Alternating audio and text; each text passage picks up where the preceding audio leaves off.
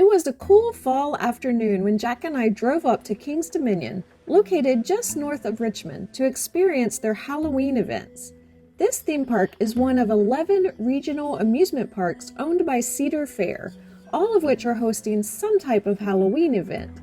We will show you the scares in a moment, but first, we arrived while the sun was still shining and we checked out their daytime, family-friendly fall event, the Great Pumpkin Fest, taking place in the Planet Snoopy area of the park. The event features meet and greets with the Peanuts gang in their Halloween costumes, some Halloween-themed carnival games to win Halloween-themed prizes,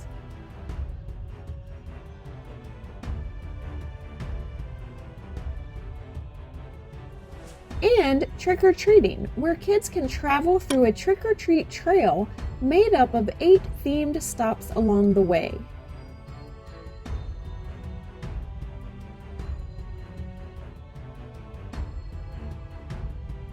The Planet Snoopy rides are open,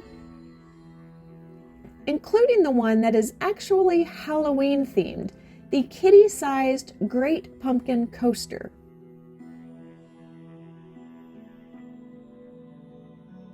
And there's a fun show where Charlie Brown, Lucy, and Linus, along with a more normally sized friend, sing and dance as they pretend to be pirates. Jack's go-to Halloween costume is a pirate as well, so he would fit right in with these folks.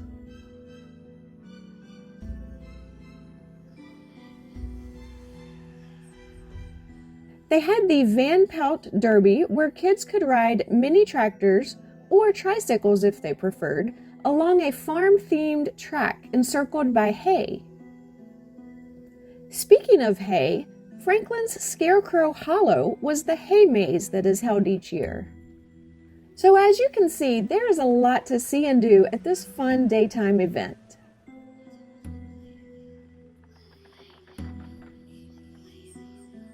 Nearby is a fun dark ride through a haunted mansion, only here you get to shoot at the ghost.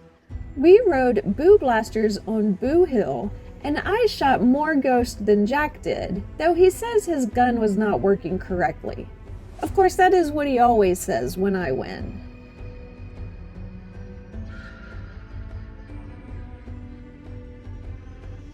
Successfully hitting targets on the ghost causes supernatural special effects to occur all around you as you ride through.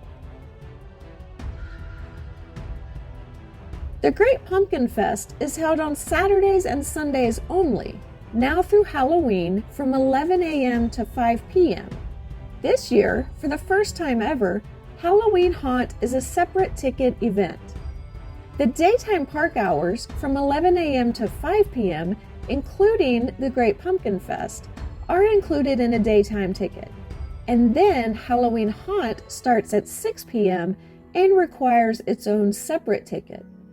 The online price for daytime tickets to King's Dominion this month, including the Great Pumpkin Fest, are $39.99 per person on Sunday and $44.99 on Saturday. However, they also sell combo tickets that allow you to enjoy the park in the daytime hours and stay for Halloween Haunt. There's an hour in between the day guests leaving at 5 p.m. and Haunt starting at 6 p.m., where you will be kept in a holding area if you have one of these combo tickets. As day guests were ushered out, though, they did start to open a few nearby rides and restaurants to those of us waiting in the holding area. When 6 p.m. hit, the sun was still up, but some characters started to appear. We ate dinner and rode a ride or two, and then decided it was time to enjoy the haunt. We're going to start by showing you highlights of the 5 outdoor scare zones featured at this event. First, we bring you to Site X at the Jungle Expedition section of the park. The background story to this jungle-themed section of the park is that researchers excavated this jungle and found ancient temples that were once devoted to certain jungle animals, including monkeys, and snakes and spiders.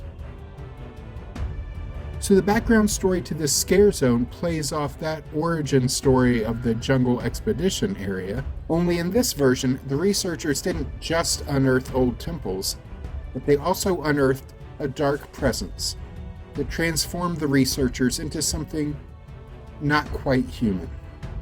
And these monsters are seeking to sacrifice you to the jungle. Next up, we visited Cleaver Brothers Carnival. No one is exactly sure why, but a recent survey by Scientific America shows that just over half of adult respondents have some level of a fear of clowns, ranging from feeling mildly unsettled by clowns, all the way up to full-blown extreme fear of them. Well, these particular clowns might be a reason for clowns' bad reputation. The Cleaver Brothers have set up their midway right in the middle of the theme park. The clowns and other carnies that travel with this circus welcome you to their nightmarish big top. People stood in line to have the carnival's fortune teller share their future. And there was a show at the carnival featuring the Black Widow burlesque performers. This was the first theme park burlesque show we've seen. They could dance, but they did seem to be the least intimidating performers at this carnival.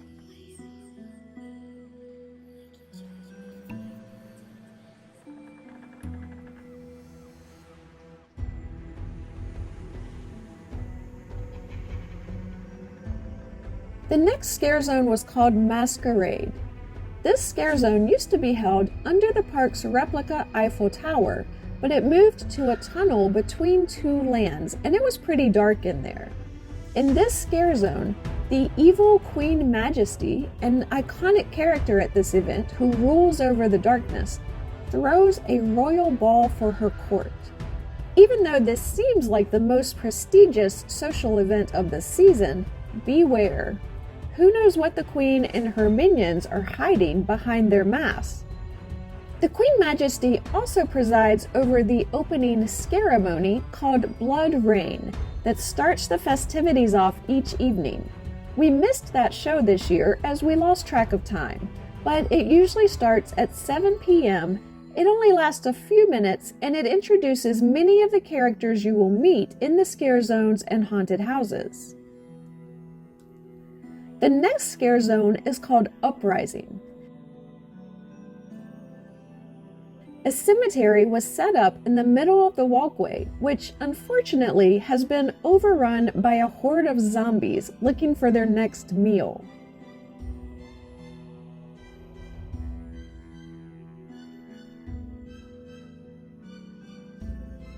And then we visited Pumpkin Eater, which takes place at Armstrong Acres, a farm set in the days of the U.S. Revolutionary War.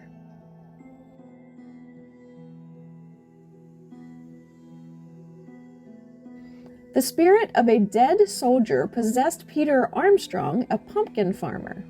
The possessed pumpkin farmer kills his family and neighbors, and then he and his victims slowly morph into a cross between a pumpkin and the person they once were.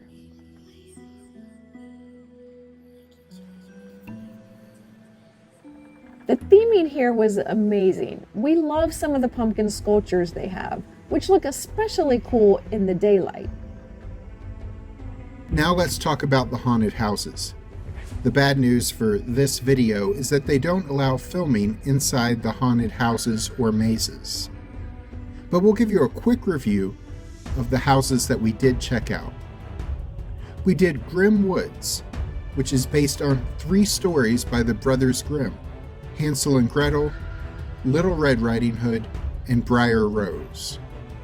This maze is completely outdoors because it is called Grimm Woods after all.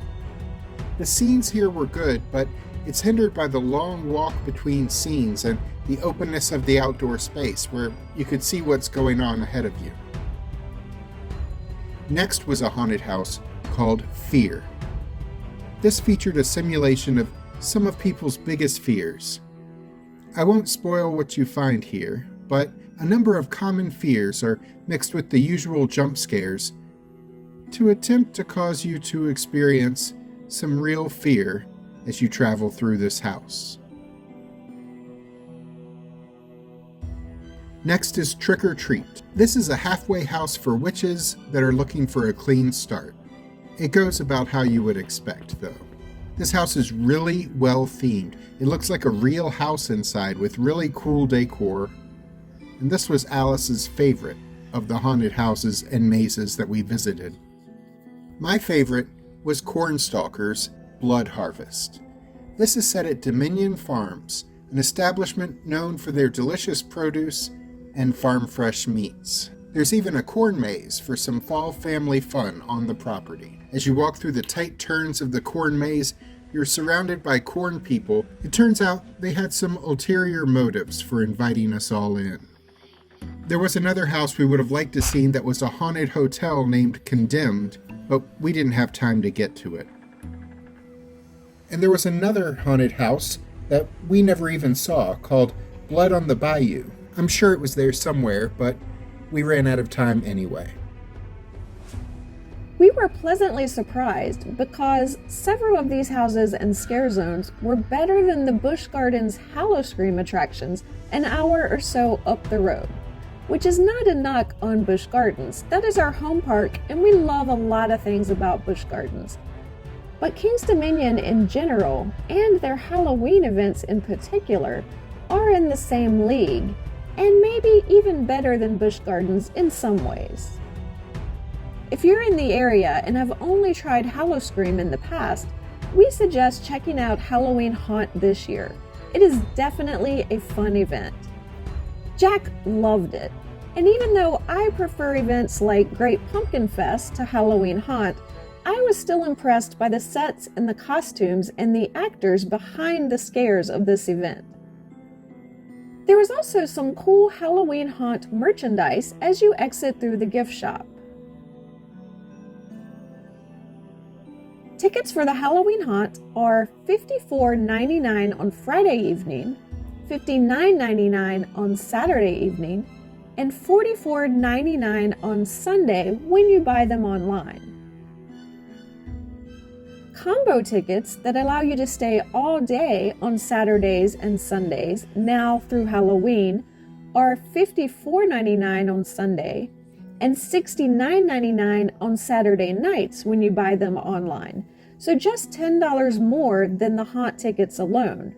But remember, you will be corralled into a holding area for a bit between the daytime hours and the haunt event while they usher out the day guests and set up the scares. Click the links at the end of this video to see our review of this year's Busch Gardens Hallowscream, or to see our past visit to King's Dominion's Christmas event, Winterfest. It is less than a month and a half away. I'm Alice. And I'm Jack. Be sure to click the subscribe button and the notification bell so we can see you the next time we're traveling through.